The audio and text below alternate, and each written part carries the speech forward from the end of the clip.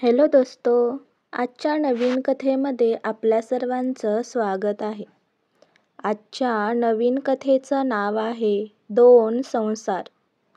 अजय पाटील पुण्यातील प्रसिद्ध बिझनेसमॅन. वय वर्ष 42. आकर्षक व्यक्तिमत्व, पैसा, प्रतिष्ठा सगळं काही त्याच्या पायाशी होतं. पण त्याचं आयुष्य अगदी सामान्य नव्हतं. अजयच्या 2 बायका होत्या, रिया आणि स्मिता. रिया ही त्याची कॉलेजमधील प्रेयसी आणि पहिली पत्नी. स्मिता त्याची बिझनेस पार्टनर, दुसरी पत्नी.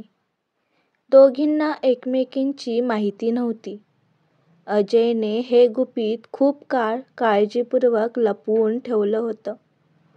एकीकडे रियासोबत तो कुटुंबवत्सल प्रेमळ नवरा होता, तर दुसरीकडे स्मितासोबत तो जोडीदार, स्वप्नवत पती, बिझनेस पार्टनर होता. 2 संसार, 2 चेहरे. पण काळजी एकच, हे गुपित फुटलं तर त्याच्यावर आभाळ कोसळणार होतं. एका संध्याकाळी अजयच्या ऑफिसमध्ये त्याच्या सेक्रेटरीने सांगितलं, "सर, बाहेर एक बाई भेटायला आल्या आहेत. म्हणतात तुम्हाला भेटणं खूप गरजेचं आहे." अजयने डोकं वर केलं. "नाव काय आहे?" त्या म्हणाल्या, "मालती." अजयच्या कपाळावर आट्या पडल्या.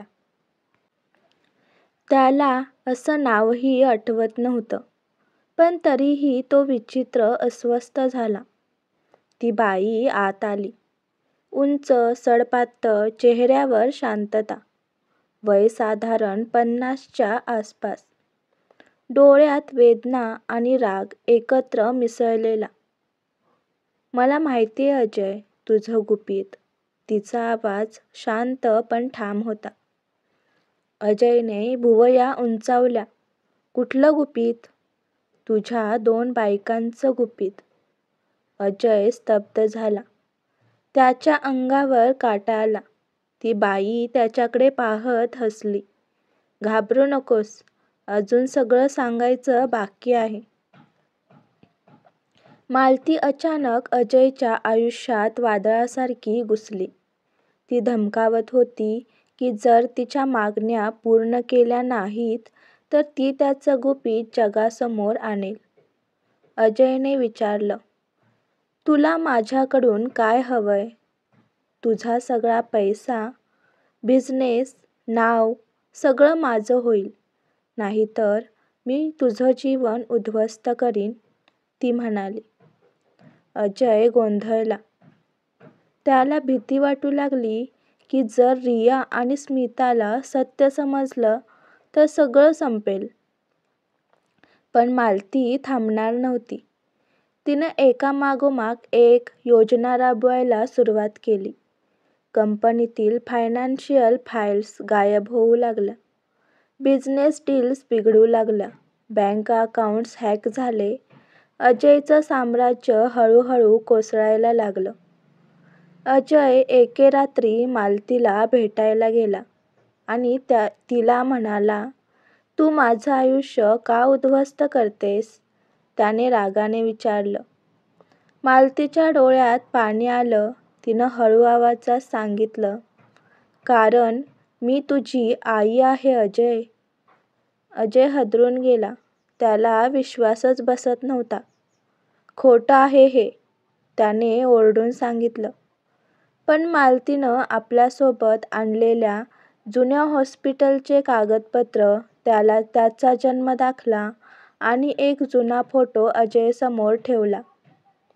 सगळं खरं होतं. अजय हादरला. त्याच्या पायाखालची जमीनच सरकली. मालतीने सर्व सांगितलं. "मी खूप गरीब होते. तुझा जन्म झाला तेव्हा मी केवळ 17 वर्षांची होते. घरच्यांनी मला जबरदस्तीने तुझ्यापासून वेगळं केलं. तुला एका श्रीमंत जोडप्याला दत्तक दिलं गेलं. पण मी तुला कधी विसरले नाही." अजयच्या डोळ्यात पाणी आलं. त्याला आयुष्यभर वाटत होतं की त्याचे आई-वडीलच त्याचे खरे आहेत. पण खरी आई आज समोर उभी होती. मालती पुढे म्हणाली, "मी तुला त्रास द्यायला आले नव्हते अजय. मी आले होते तुझं प्रेम परत मिळवायला. पण जेव्हा तुझ्या 2 संसाराचं गुपित मला समजलं तेव्हा मला राग आला. माझा मुलगा खोटं जगतोय हे मी पाहू शकले नाही." आपल्या आईचे हे विचार ऐकून त्याला त्याची चूक समजली.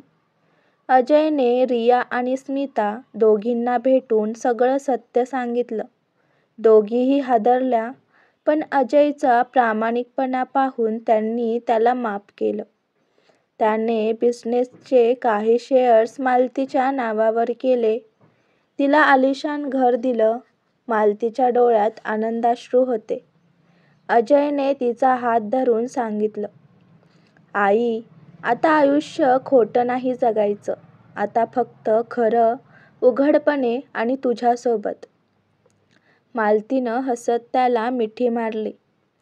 जगातलं सगळ्यात मोठं रहस्य उलगडलं होतं. आईच्या प्रेमापेक्षा मोठं दुसरं काही नसतं. या कथेतून सांगायचा संदेश एवढाच की कधी-कधी आयुष्यातली सर्वात मोठी सत्य शेवटच्या क्षणी समोर येतात. पण खरी माफी, खरी नाती आणि खरं प्रेम नेहमीच आपल्याला नव्याने जगायला शिकवतात. आजची कथा आवडला असल्यास व्हिडिओला लाईक करा, चॅनलला सबस्क्राईब करा आणि कथा कशी वाटली हे कमेंटद्वारे जरूर कळवा. व्हिडिओ जास्तीत जास्त शेअर करा. धन्यवाद.